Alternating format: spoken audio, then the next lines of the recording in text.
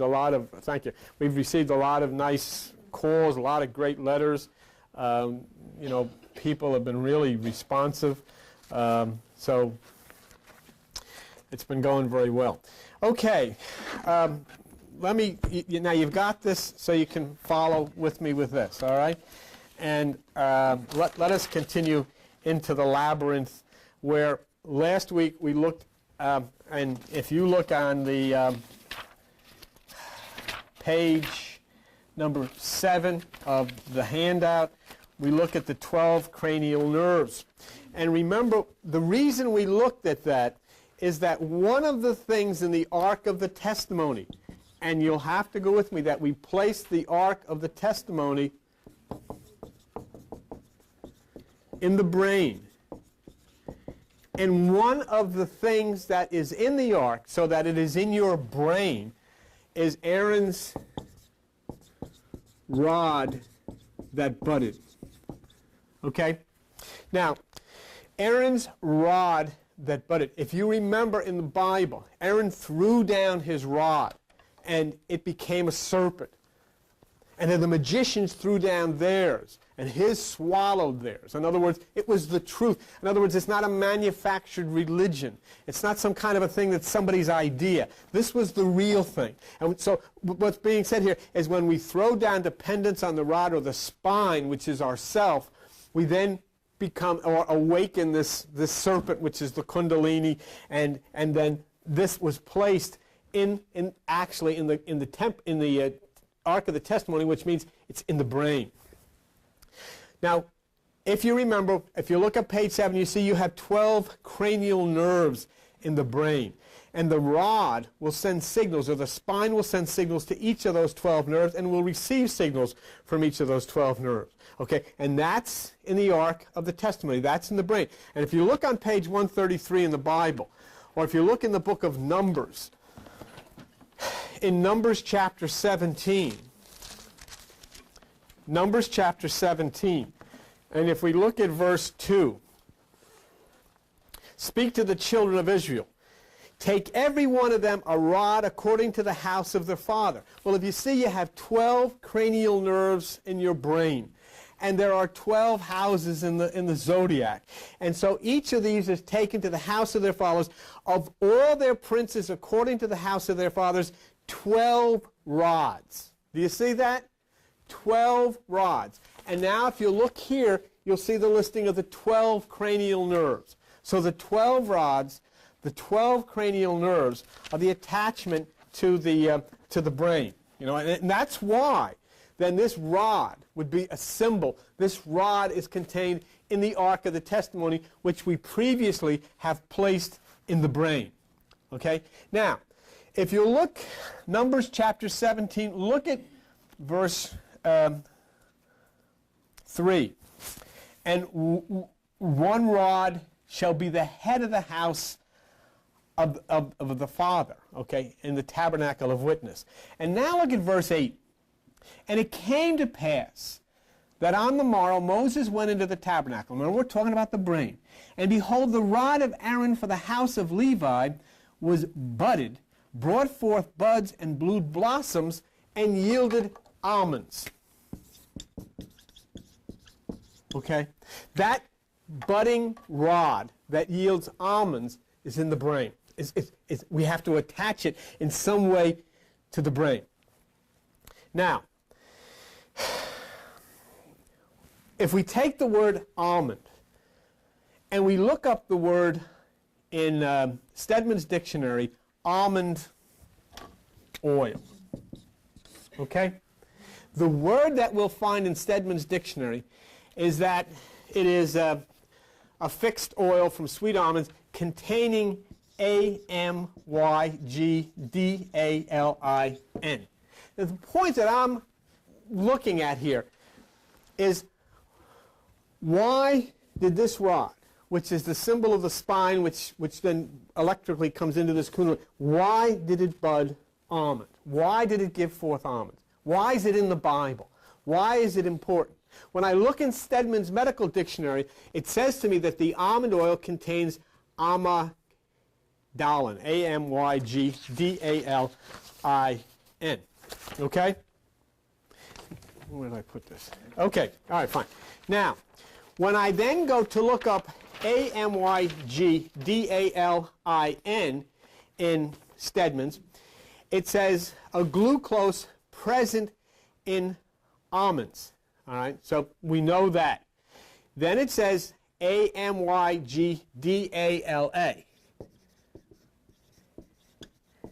And Amygdala is corpus amygdala tonsilla, denoting the cerebral tonsil as well as the pharyngeal, lingual, laryngeal. In other words, what is being said here is that when you throw down the dependence upon yourself and then the kundalini action comes up the spine, you will be given the words to speak.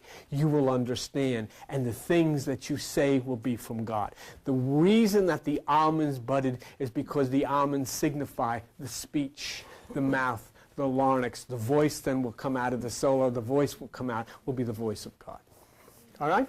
Now, in order for you to know this, I went a little further and made this so that you have the documentation.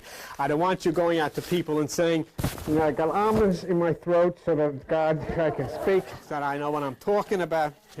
So you'll have this, all right? And I want you to look at it. I went through it first so that when you see it, you'll be able to look at it.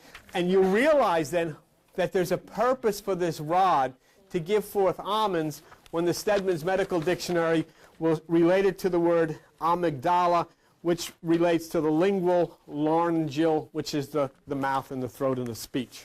Okay? And then for those of you who want this stuff, I don't know, I will send it to you, but you know, you're going to have to self-addressed stamped envelope and a couple of bucks for the printing. All right? You decide whatever you got. But, you know, I got to go to these places to print all of this stuff, and it gets expensive. But on the other hand, it's so much more meaningful when you can see it. For those of you who have the paper, can you look at the word almond oil? Do you see it? Do you see where it says containing amygdalin? I have it underlined, okay? If you turn the page, do you see where I have the line going down to amygdalin, which says a glucose present in almonds? And then amygdalin relating to an almond, or to the brain structure called amygdala. Do you see that? Do you see it? Then if you go up to amygdala, do you see where it says denoting the cerebellar tonsil as well as the pharyngeal, lingual, laryngeal, which means your speech? Okay? You've got it now? Do you understand it? So do you understand then why it was important that inside of your brain is this rod that budded, and what it budded was the oil of the almond, meaning that when this rod is found in the arc, which is the electrical transmission between the receptors of the brain, then you'll be, the things that you say will be God things. So, I mean, it wasn't just budding almonds for no reason, was it? It was budding almonds because it's saying that once you understand, you see what's going to happen here eventually as we go through this thing, you're going to get to the fornix as we go through the labyrinth, and you're going to roll that stone, and what's going to come out? What is going to burst out? All of the power of the universe is going to burst out of that vaulted, sealed place inside in the center of your brain. All of the universal cosmic power, which is God, is going to come out of there. Why is it, you know, and it is, and as it says in here, and as I showed you, it's for one thing only. It's for Amen. I mean, could I have written, I would have loved, you know, I would have loved for that to have been in there. I didn't know there was any such thing called for Amen. I had no idea, but it is. I didn't know the fornix was the vault, but it is. I didn't know it was the burial chamber of which out comes the Savior at resurrection time. I knew that it was supposed to be in some foreign country. I never knew it was in the center of my head, in your head, but it is. Okay. And I mean, not only that, and if I just told you that, you could say, well, this guy's got a wild imagination, but you got all the stuff. And nothing you've got in your hands is from any New Age book. It's all either from Gray's Anatomy or Stedman's Medical Dictionary. That's where everything you've got is from. Okay? So, the Passover, all of this brings forth from the trees, buds, blossoms, new life. New life. So the blossoms, as it says, new life. Bursting forth new life. It's just like with Mary, with the baby. Bursting forth new life, something brand new. But in addition to that, the almonds, as you open your mouth, what you speak, you'll speak from God. You remember Moses said, I don't know what to say. God says, just open your mouth. I'll put the words in there. That's great stuff. When you go out of here, so when people say, oh, they have nothing but cults. Yeah, so what cult do you belong? Stedman's Medical Dictionary, Gray's Anatomy, Grolier's Encyclopedia. That's my cult. You know? That's the same light bill that permits you or Al or whoever can do that to plot the course. Well, you know, what I saw the other night, I saw Carl Sagan, who died. I saw Carl Sagan on with Charlie Rose. I love to watch Charlie Rose on Channel 13. I don't know if he's a very good interviewer. And Carl Sagan made and I said, how can I dare question Carl Sagan? But Carl Sagan said, well, you know, you can't read the Bible because he says all of this stuff, whatever scientific stuff they got, you know, came from the Babylonians, and we've advanced far beyond that. And I just wanted to say, with all due respect, and I love for everything you've done, but you're wrong. It's still 186,000 miles a second is the speed of light. It's still splitting the atom as nuclear fission. It's still Dura Mater, Pia Mater, and Arachnoid. It's all of this stuff. See? So he didn't know either, with all of his wonderful things that he's done and he's shown us. Because where do we have to go? We go into this word, and then we be able to see these things. So Aaron's rod in your brain is the witness, the promise, throwing down dependence on ourselves and our meditation. And now it'll happen to you. Well, you say, well, it's never really happened before. It's not given to people that don't know. You cannot get a driver's license in the state of New Jersey or any place else unless you can prove to them that you know how to drive. And nobody in God, nobody on 45, 55, nobody is going to allow people to enter into this place that don't know what to do. Don't know what's supposed to happen. Don't know what's going to occur when the stone is rolled back and the fornix opens and the vault opens and out comes this great power. What you read about on resurrection happens in the center of your brain in the vault. And so you have to know these things.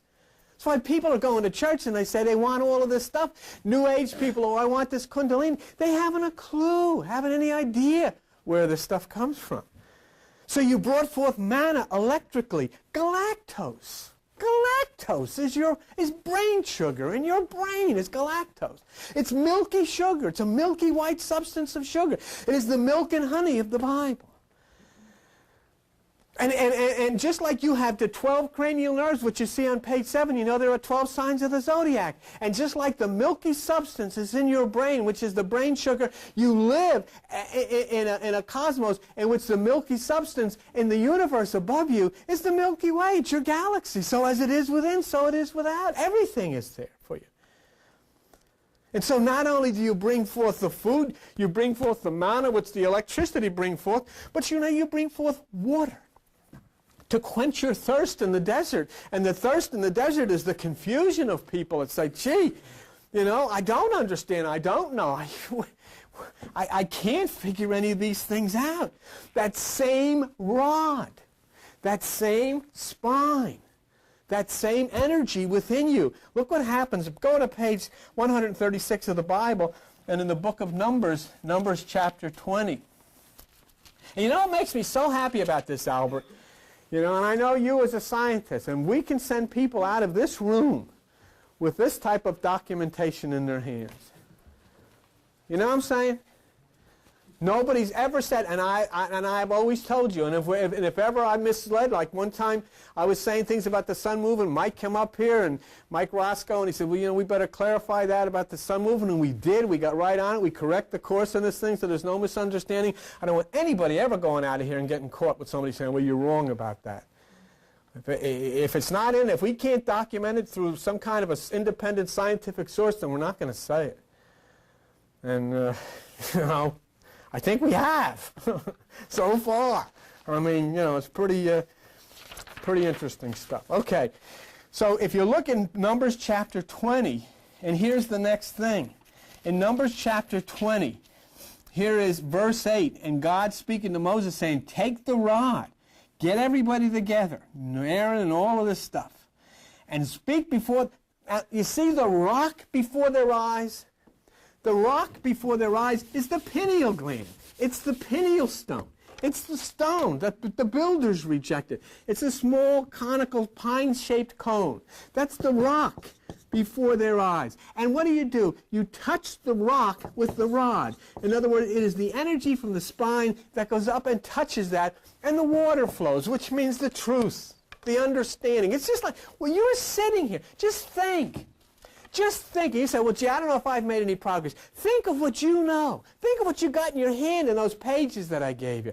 Everything you've got in your hand is not from some crazy journal or some screwy, you got in your hand from the best scientific publications in the history of the world. In your lap. You got it. What do you know? What are you learning about your brain and what goes on inside? Forget whether you've ever graduated from school. Forget whether you know anything according to this world. Forget that. Because when that door opens, when that stone rolls away from that fornix in the center of your brain, forget everything. Because then you find out that what people think is intelligence doesn't even matter. So here it says, take that and touch the rock. And look at verse 11. And Moses lifted up his hand, and with his rod he smote, which means he hit the rock twice, and the water came out in abundance. But then look in verse 12, and God said to him, hey, Mo, because you didn't believe me, because in the front of all of these people, and what a warning that is to the church, what they call the Church of Jesus Christ. Are you kidding me? Do you know what God just said? You know what you did, Mo? You, in front of all of these people, you turned your back on what I said. What's going to happen to these people, these ministers and all these people who are teaching something that they know, they have to know, is not right? And here God says, because you did this in front of all of these people, there's no way for you. In other words, what did I tell you to do, Mo? I told you to take the rod, and I told you to touch the rock. And what did you do? You added something of yourself. You put something on there that I didn't say to put on there. And I wasn't so mad, Mo. I wouldn't have got ticked off if you just did that. But you got this whole crowd there. And so what about the thousands, millions of people that crawl into these churches every week? And none of them are ever able to be exposed to the truth of what God really taught, where God really is. Your kids don't know. You know, this is what I don't understand. That people take their kids to these churches, and then you look around, and the whole world is either drugs or violence or killing and raping and bedlam, and saying, why does this happen? What do we need to do? Oh, we need to build more jails. We have to get more cops. We have to get more guns. Maybe we have to get rid of these Sunday schools that are teaching the kids all of this lunacy and this violence that is being taught in all of these places. It's hard. But isn't your child's life worth it? Isn't love worth it? Didn't God teach love? Didn't Jesus teach love? And we've left that out at the front porch. So, look what he says in verse 12. Because you didn't do what I said, you're not going to bring this congregation into the land. There's no way you can do that. See, now, don't misunderstand this. This isn't God saying to some guy, look, you hit it twice, so you're going to hell. Don't pass go, don't collect $200, go straight to hell, and that's the end of you.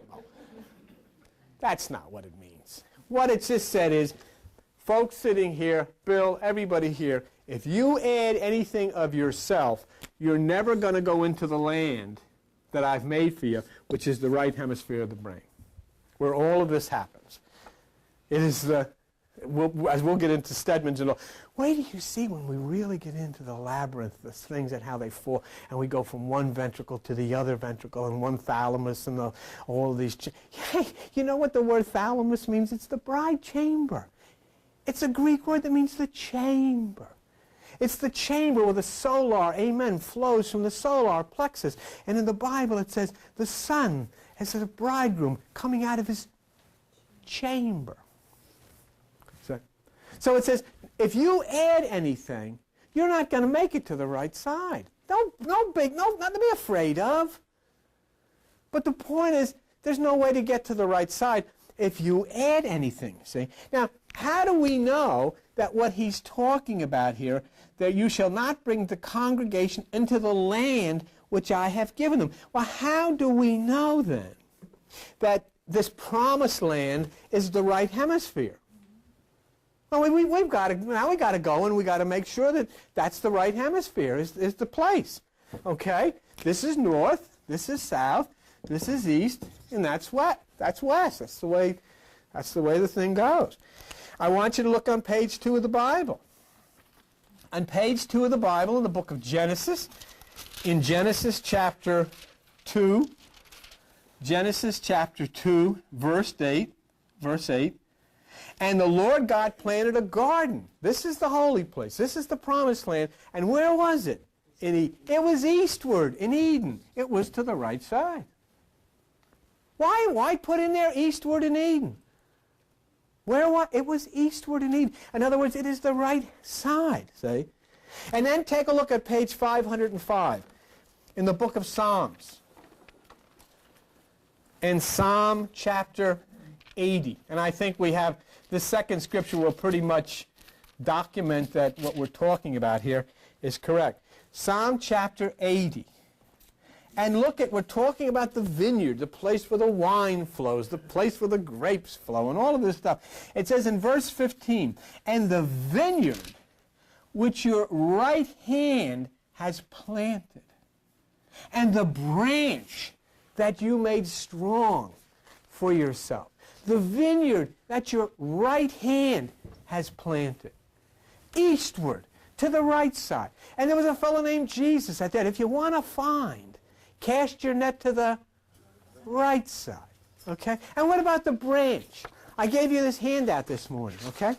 Open it up to page 24. A branch is an offshoot.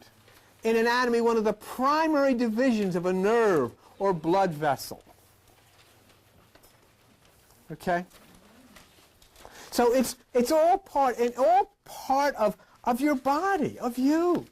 And the branch and all of these things that branch off from one place to the other throughout the body and enter in and move through you. All of this is part. So the right hemisphere of the brain, that garden where you're going to find the vault, where you're going to find with a cherubim, the cerebrum, the brain, the cerebrum, the cherubim, which is all covered.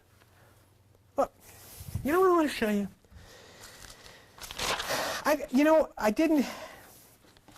I didn't have a chance to show it to you last week, but I wanted to show it to you now because it's let's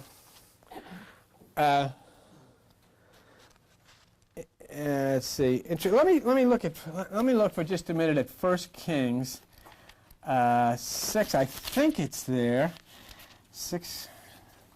1 Kings 6, 27. Okay, yeah, there it is. Let's go there. Go to page. I'm going away from where I was, but somebody tell me what page 1 Kings 6:27 is. I want you to look at this. Huh? 297. Go to page 297. All right?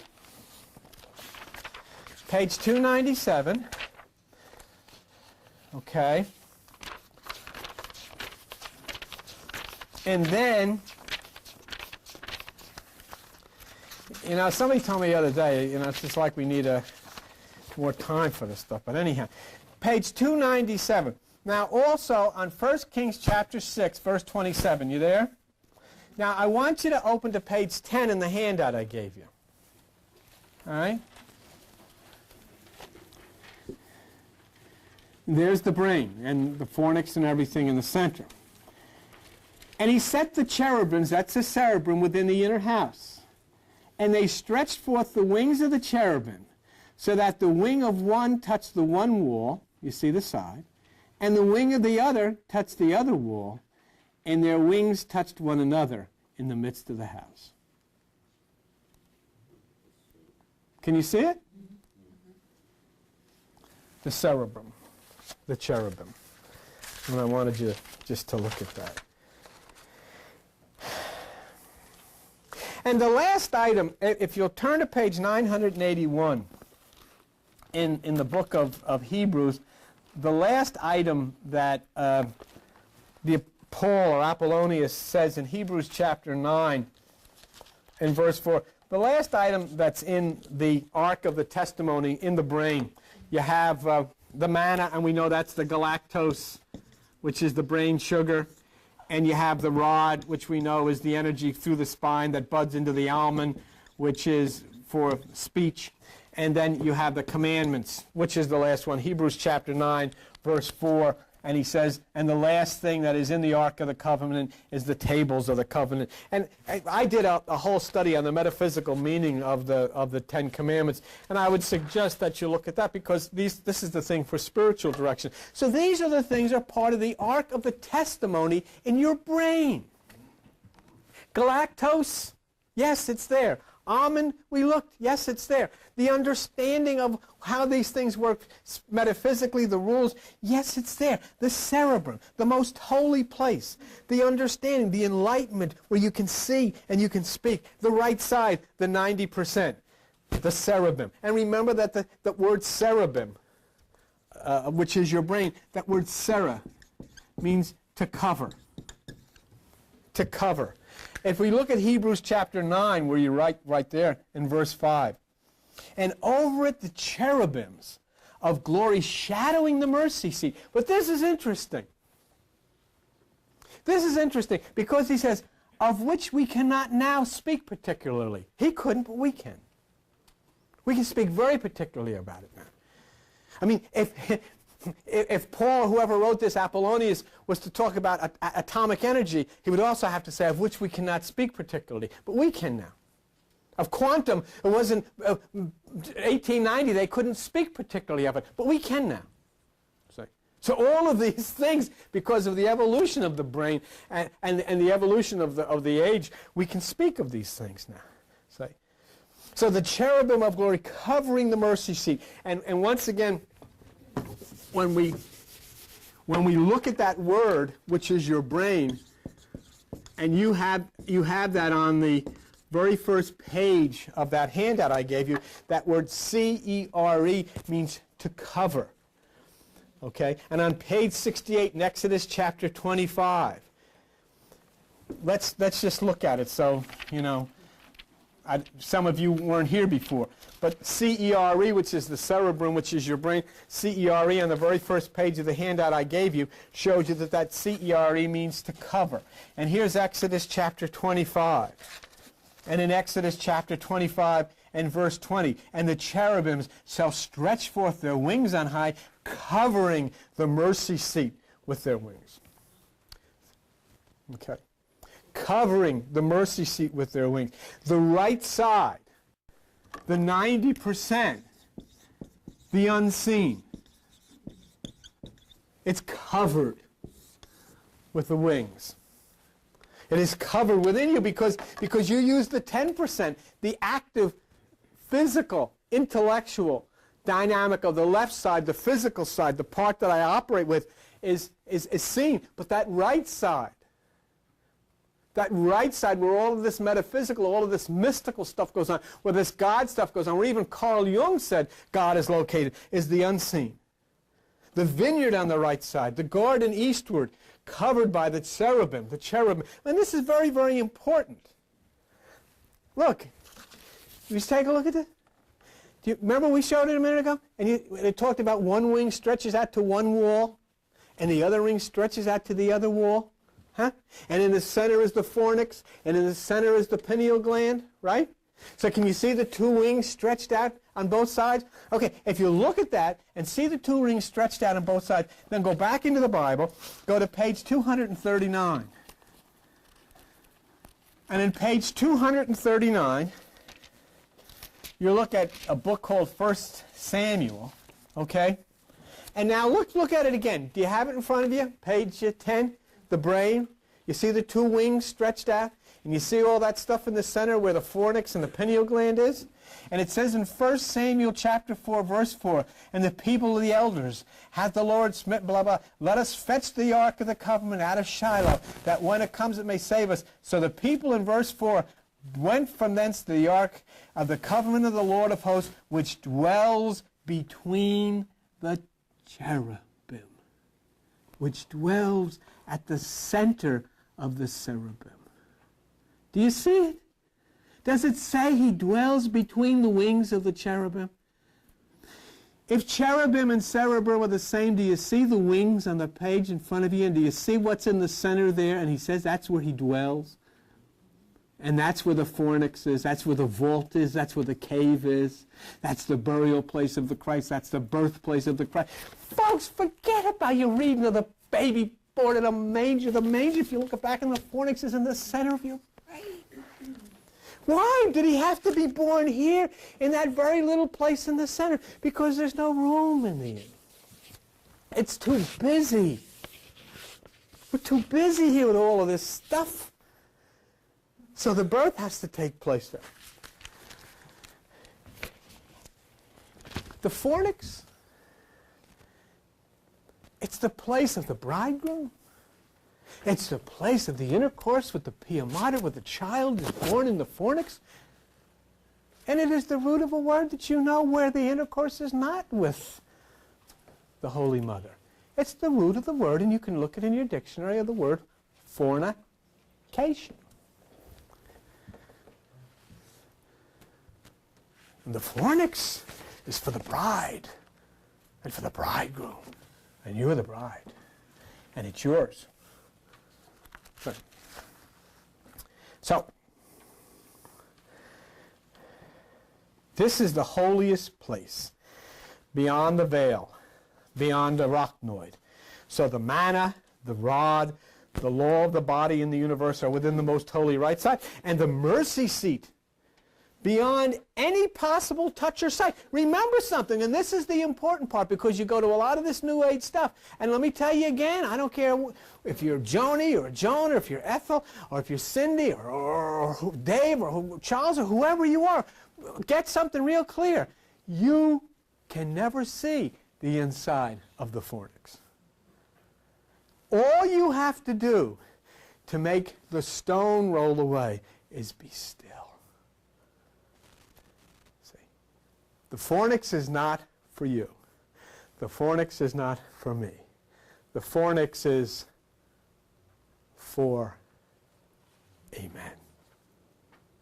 And if you let him use that, and if you say yes, the stone will roll away, and all of the power of the cosmos will come. Whoa.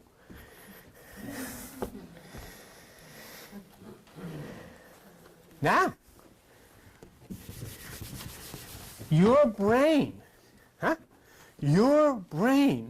the cerebrum, protects against you and me entering into that place.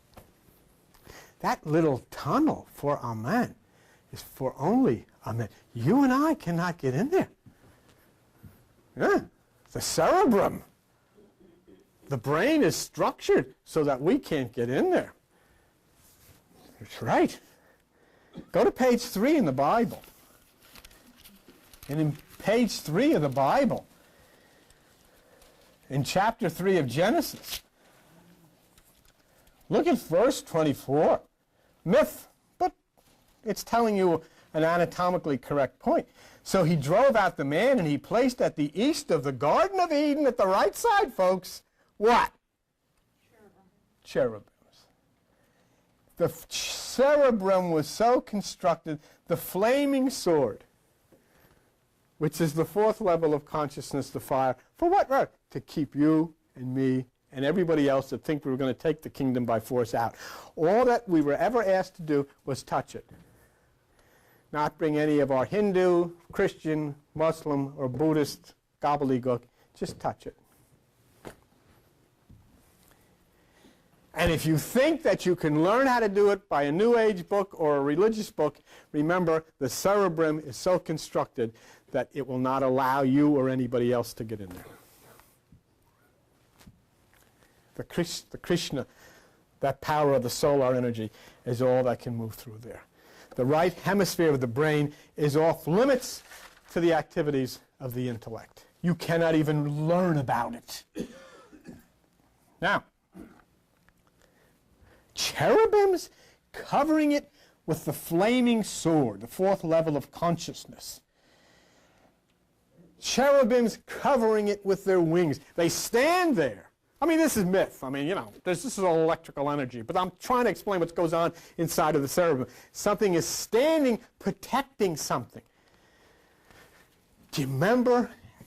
And I've had some people run away from that. Do you remember we talked about the excuse?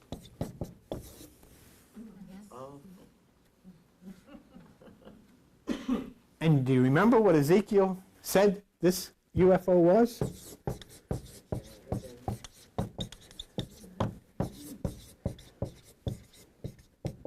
In other words, what was being said there is that this cerebrum, when it touches the frequency, allows you to see things that are there.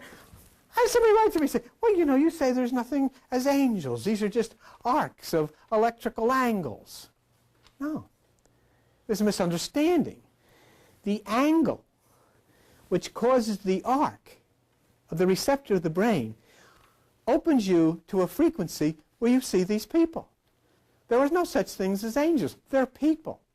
They are people who are advanced intellectually and mentally and are able to do things that we're not able to do because we haven't advanced and we haven't evolved to that place. You're on channel 13.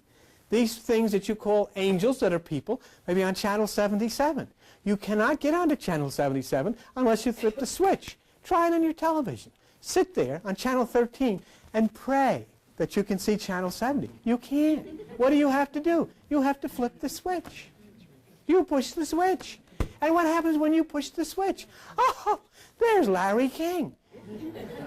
But you can't see him by sitting on channel 13 and saying, I'm claiming this. It ain't going to work. You have to touch the switch. And when you touch the switch, you open yourself to a frequency, and then these things that are angles of light, which you call are actually the angles of light, flip the switch to make you get to that point where you can see these things. And all it is are people like you who have evolved to a much higher discipline, to a much higher status, who are utilizing that part of the brain. Why? Because they live places which have evolved through the movement of the universe. And so they're of a greater strength. But it protects the right hemisphere of the brain. So then, what would happen? If somebody has an occasion to have one of the switches tripped in the cerebrum, an electrical arc, they could be walking out from however this might happen. They could be walking out, look up in the sky and see a UFO. And they'll tell you and they'll tell everybody, and you say, oh, yeah, yeah, sure. I know, Al, that's right, you saw a UFO, yeah, okay. But you didn't see it. Or somebody saw the Virgin Mary. You can see whatever you want to see. But it is because you've had an electrical arc triggered in the brain and you see things which are there, okay? So, just real quick, and then we'll go. Page 684, the book of Ezekiel. And in the book of Ezekiel, you see in Ezekiel chapter 10, page 684, Ezekiel chapter 10 and verse 3. This is the UFO, folks. This is the thing that landed with the smoke coming out of it, remember, and the retro rockets firing and the wheels coming down. And the captain sitting in the middle between the wings of the cherubim landing this thing, and this guy saw all this. And he says that, look at verse 2. A man clothed with linen got out, went in between the wheels, and filled his hands with coals. In other words, the earth was scorched underneath the ship. And look what it says here. Now the cherubim stood on the right side of the house. The cherubim stood at the right side of the house. So you can see then This is the mercy seat. It is covering the right side. It is covering the holy place. It is covering that most sensitive pia mater. It is covering, the cerebrum is covering the place where you and I are not allowed to go. Do you understand now why in the Catholic tradition women go into church and they've got to cover their head? So they put handkerchiefs on their head or whatever they have, veils on them, because they're covered. It's a symbol of cerebrum. It is, they don't cover their knee, they don't cover their foot, they don't cover their hand, they cover their head. It's the cherubim, it's the cerebrum, and it's covering the holy place. Okay? They don't know that, but that's what they're doing, and it's beautiful. It's a symbol, and it's a good thing. And see, that's why Jesus says in John 21:6, cast your net to the right side. It's where it's happening. It's where the cherubims are. It's where the cherubim is. And it says, and the cherubim, look, see, are you still in Ezekiel 10:3? All right, look at 10:19. And the cherubims lifted up their wings and mounted up from the earth, and they went out, and the wheels were beside them. Angels don't have wheels. UFOs have wheels. And everyone stood at the door of the east gate of the Lord's house, and the glory of Israel was over them and above. Of what cherubims? And we prove that cherubim is cerebrum. It's your head. And the flying noise, the whirling vortex, the wings, the flash of lightning, wherever the wheels went, and all of this kind of stuff. And look at verse 20. We're talking about the cerebrum. This whole study is about cerebrum. It's entering into your brain. And we're about to launch a real movement deep inside of the most sensitive part of your brain. And in the cerebrum and the cherubim, in Ezekiel chapter 10, verse 20, Ezekiel says, this is the living creature I saw by the river at Chebar. And I knew. He didn't say, I think. I knew that they were the cherubims. I knew. Galactos is the brain. Cherubim is the brain. Cherubim, the tabernacle of the brain. The UFO, the cherubim, the tabernacle, the right side, the brain, the whole thing. And as we stay in the understanding that this is all in the body, in the brain, in the spine, we can begin to understand it's working.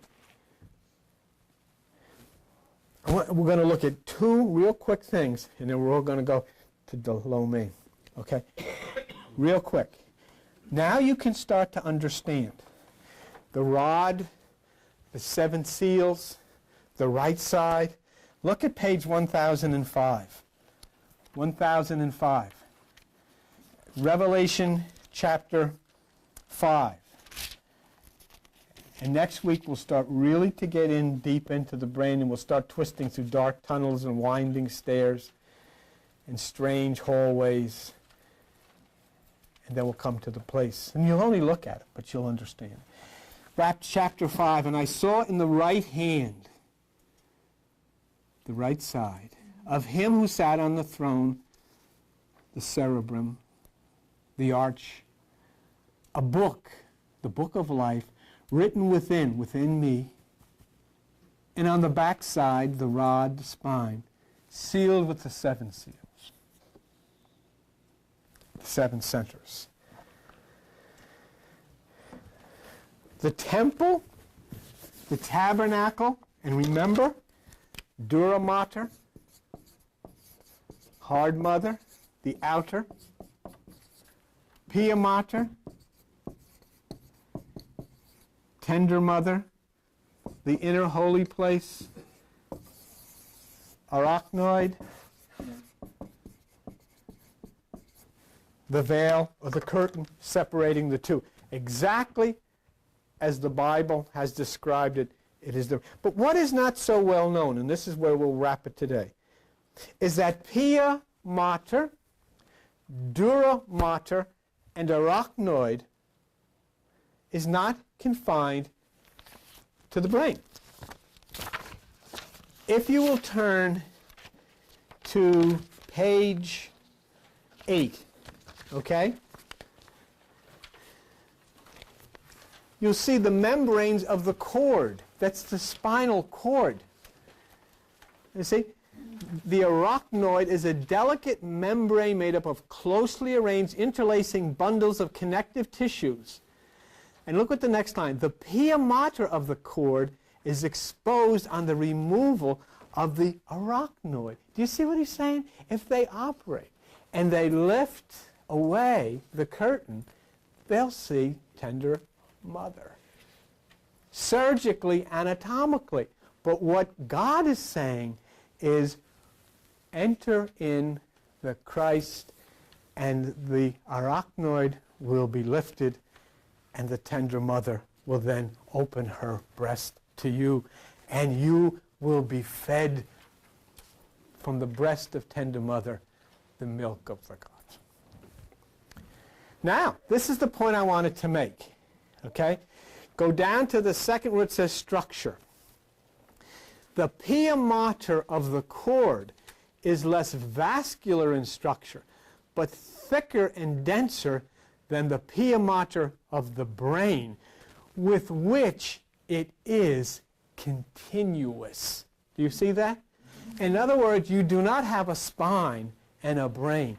They're one unit, totally interconnected. The spine and the brain are one. There is no separation. Pia mater, dura mater, and arachnoid are continuous, spine and brain, one. And so then when you talk about the kundalini and you talk about the energy, it is not going up in spine into the brain. It is part of the activity of the brain spine together, the duality of them both working in a harmony.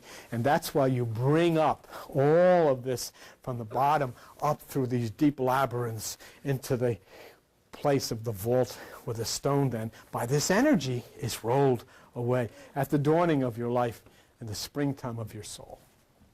So we have a deep, deep, deep walk to go into the caverns and the labyrinths of the brain and of the mind as we continue.